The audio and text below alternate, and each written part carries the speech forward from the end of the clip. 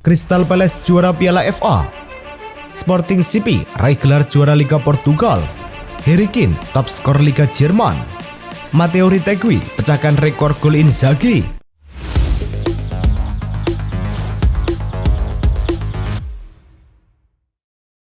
Halo Soccer Mania, kembali lagi di Blessing Soccer News. Kali ini kami sudah siapkan berita-berita terbaru seputar dunia sepak bola. Tentunya untuk kalian semua, selamat menyaksikan.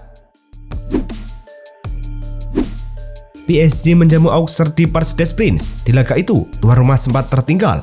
Lacine Sinayoko membawa Auxerre unggul sejak menit ke-30. Skor bahkan bertahan hingga jeda. Baru di babak kedua, PSG bangkit. Kevitsa Kvaratskhelia mengawali comeback lewat golnya di menit ke-59. Marquinhos kemudian membawa Paris Saint-Germain berbalik unggul di menit ke-67. Bek Brasil itu bisa menyelesaikan umpan Nuno Mendes. Gol ketiga PSG akhirnya datang di menit ke-88. Kvaratskhelia memastikan kemenangan tuan rumah menjadi 3-1 sampai laga tuntas.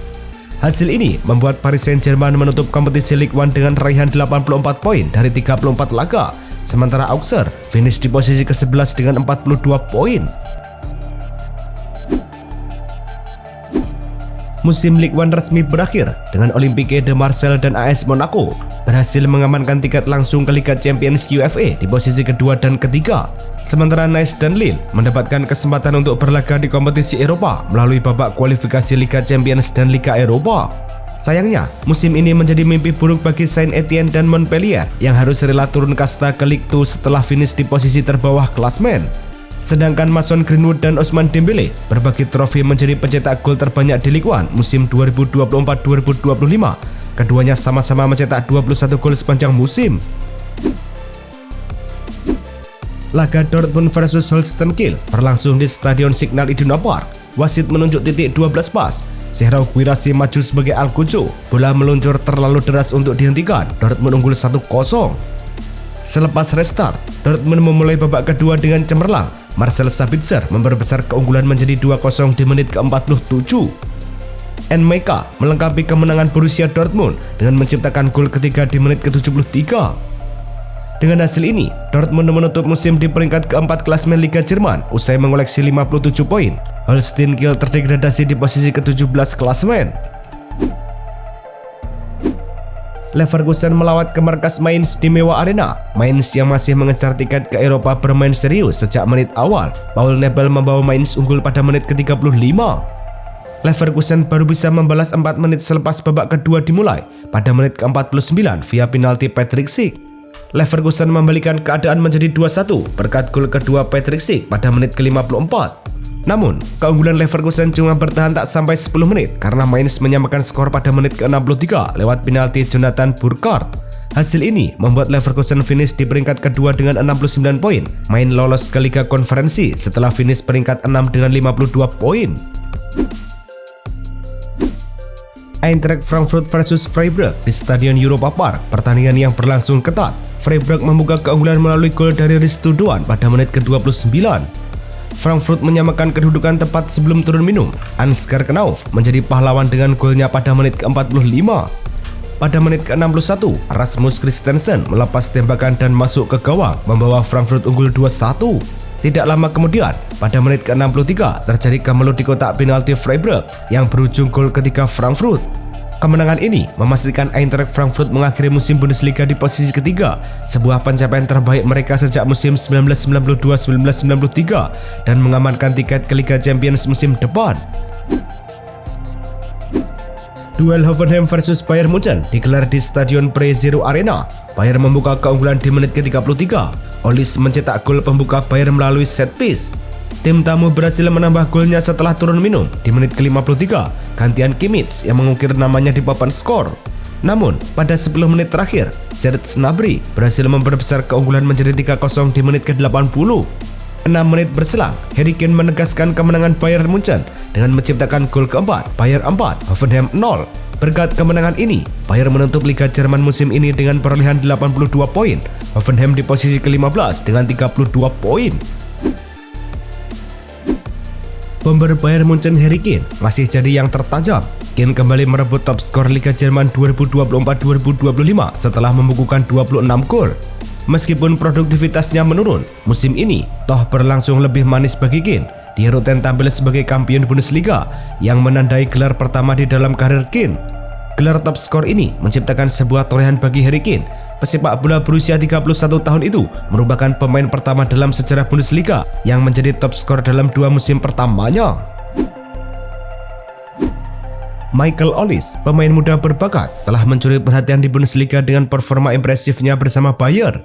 Sejak pencatatan detail dimulai pada musim 2004-2005, Olise menjadi pemain kedua Bayern yang berhasil mencetak gol dan memberikan assist dalam 4 pertandingan Bundesliga berturut-turut. Prestasi ini menyamai rekor yang sebelumnya dipegang oleh Mario Mandzukic pada tahun 2014. Olise menunjukkan konsistensi yang luar biasa dengan mencetakkan gol dan assist saat melawan Mainz, RB Leipzig, Gladbach, dan Hoffenheim.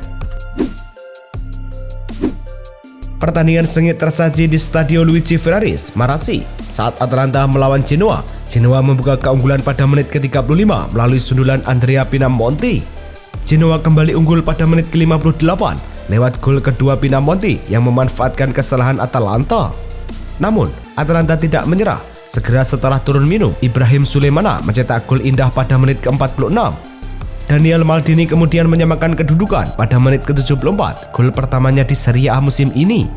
Puncaknya, pada menit ke-87, Charles De Ketelaere mengirimkan umpan yang diselesaikan dengan sliding oleh Retegui. Dengan kemenangan ini, Atalanta mempertahankan posisi ketiga di klasemen Serie A, sementara Genoa tetap berada di posisi ke-13.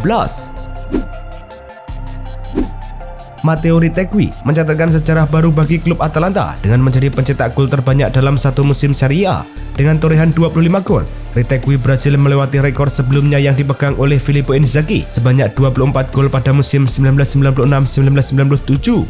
Penampilan gemilang Retegui ini juga membawa Atalanta semakin kompetitif di kancah Serie A musim 2024-2025. Keberhasilan Retegui dalam mencetak gol juga didukung oleh statistik impresifnya seperti rasio gol per 90 menit yang mencapai 1,05 dan tingkat akurasi umpan sebesar 78%.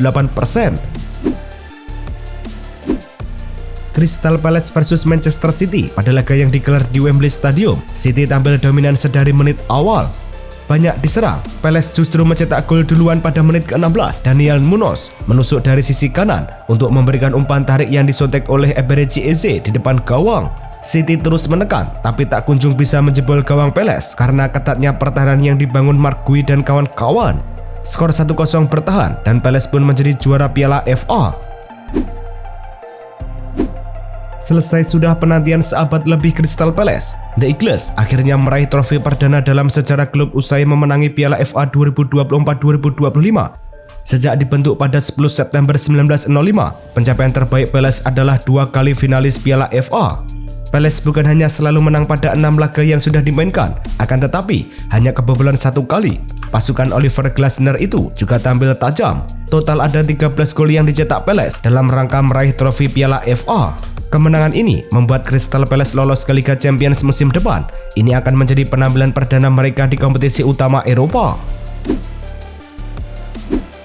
Joel Ward menutup perjalanan karirnya selama 13 tahun di Crystal Palace dengan cara yang sangat mengesankan, yaitu mengangkat trofi FA Cup, trofi besar pertama dalam sejarah klub. Sejak bergabung dengan Palace, Ward telah menjadi sosok penting di lini pertahanan, termasuk momen krusial saat melakukan clearance di garis gawang pada menit-menit akhir final Playoff Championship yang membawa klub promosi ke Premier League. Dengan total 363 penampilan dan 6 gol, Ward selalu tampil di momen-momen penting, termasuk 2 kali bermain di Wembley. Dean Henderson tampil gemilang dalam final FA Cup 2025 yang mempertemukan Crystal Palace melawan Manchester City.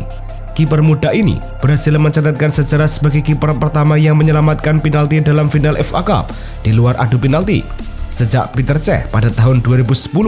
Selain itu, Henderson juga menjadi kiper pertama Crystal Palace yang berhasil menjaga clean sheet di final turnamen besar. Penyelamatan krusial terhadap penalti yang diambil oleh Omar Marmoush serta total 6 penyelamatan yang dilakukan menjadi kunci utama kemenangan timnya di Wembley. Sporting CP kembali menunjukkan dominasinya di kancah sepak bola Portugal dengan menjuarai Liga Portugal musim 2024-2025 untuk kedua kalinya secara beruntun. Kemenangan 2-0 atas Victoria Guimarães di Estadio José Alvalade pada 17 Mei 2025 memastikan gelar ke-21 bagi klub ini.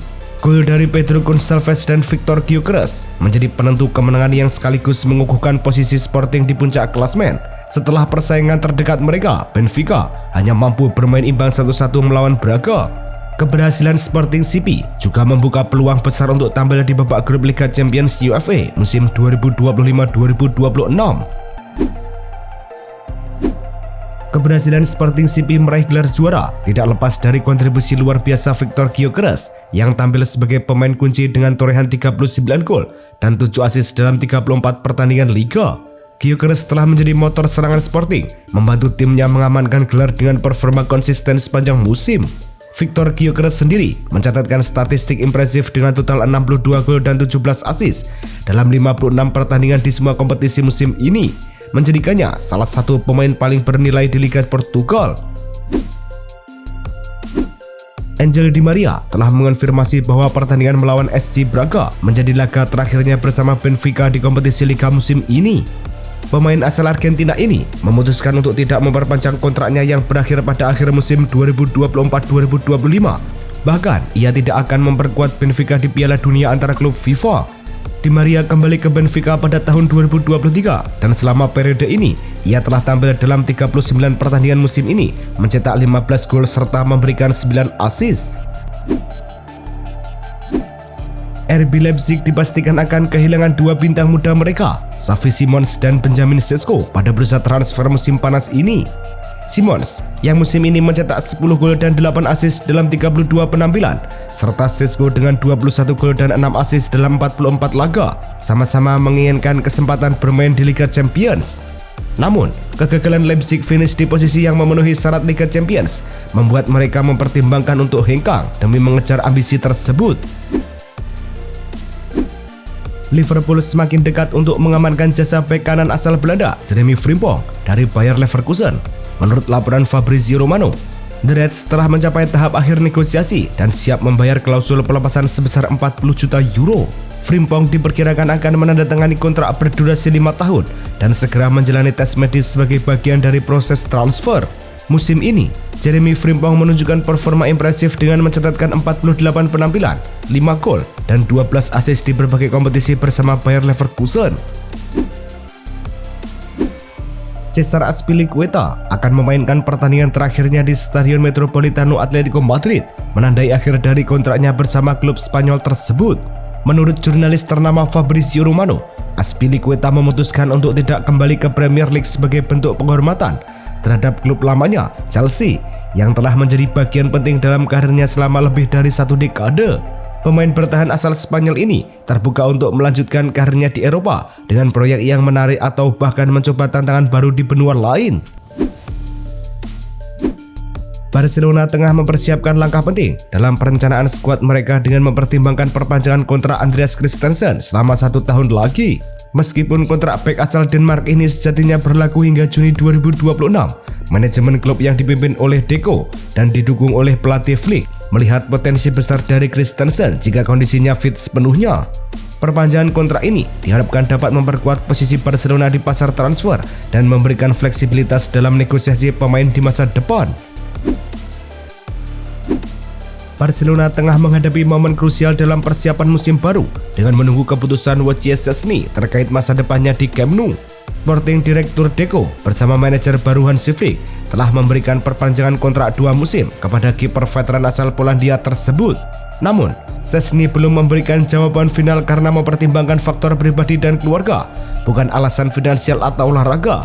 Jika Szczesny memutuskan untuk tidak memperpanjang kontrak, kemungkinan besar ia akan pensiun dari dunia sepak bola profesional. Real Madrid secara resmi mengumumkan penandatanganan kontrak dengan Dean Huijsen, bek tengah muda berbakat berusia 20 tahun yang akan memperkuat klub hingga Juni 2030. Real Madrid menyetujui pembayaran klausul rilis Huijsen sebesar 50 juta pound sterling yang akan dicicil dalam 3 tahap. Huijsen akan mendapatkan gaji awal sekitar 9 juta euro per tahun yang bisa meningkat menjadi 11 juta euro berdasarkan performa. Pemain kelahiran Amsterdam ini sebelumnya bermain untuk Bournemouth dan telah mencuri perhatian dengan penampilannya di Premier League. Real Madrid semakin serius mempersiapkan skuad untuk ajang Piala Dunia antar klub dengan rencana mendatangkan bek kanan Liverpool, Trent Alexander-Arnold. Menurut laporan dari media olahraga ternama AS, Los Blancos siap membayar biaya simbolis sekitar 2 juta euro kepada Liverpool untuk mengamankan jasa Alexander-Arnold selama turnamen yang akan digelar di Amerika Serikat. Kesepakatan ini juga mencakup gaji pemain yang akan mulai diterima sejak Juni 2025. Jika transfer ini terrealisasi, Alexander-Arnold akan menjadi bagian penting dalam skuad Madrid di Piala Dunia antar klub. Liverpool resmi mengumumkan bahwa Connor Bradley telah menandatangani kontrak jangka panjang baru yang akan mengikatnya hingga Juni 2029. Pemain muda berbakat ini menyatakan kebanggaannya atas perpanjangan kontrak tersebut. Bradley menilai 2 tahun terakhir bersama tim senior Liverpool sangat berkesan, terutama setelah kembali dari masa peminjaman dan menunjukkan performa yang konsisten. Dengan 55 penampilan, 1 gol, dan 10 assist, Bradley semakin menunjukkan potensinya sebagai bek sayap masa depan Liverpool. Itulah tadi kumpulan berita-berita terbaru dari kami. Simak terus berita-berita terbaru lainnya dan jangan lupa like, komen, dan juga subscribe.